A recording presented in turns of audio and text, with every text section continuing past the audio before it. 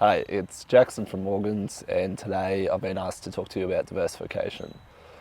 Now, in finance, we do like to use a lot of fancy words, but really all we're trying to say there is try to avoid putting all your eggs in one basket. And from an investing sense, that then lends itself to probably three main areas, which is geographical diversification, sector diversification, and then company diversification. And the idea on each of those is just to avoid having any risks associated with them that could otherwise be avoided by spreading your investment. So if we think from a geographical perspective, really what we're talking about there is there's no need to have all your investments in Australia. You can look at other countries. Overseas investments are readily available these days. And probably an easy example to give on that is Brexit more recently. For investors that had too much in Europe, they would have been experiencing a little bit of a slowdown. But if they'd had their investments cast wide, it's less of an impact to them.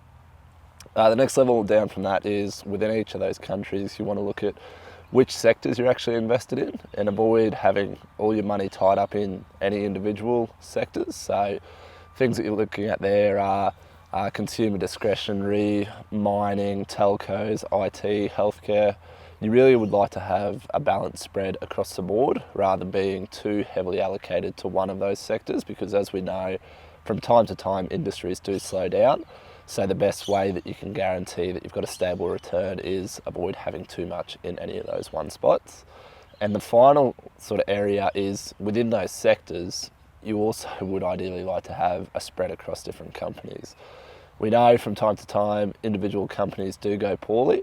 So if you can try and have your money spread across a broad number of investments within those sectors, you reduce the risk of those single company events being detrimental to your portfolio.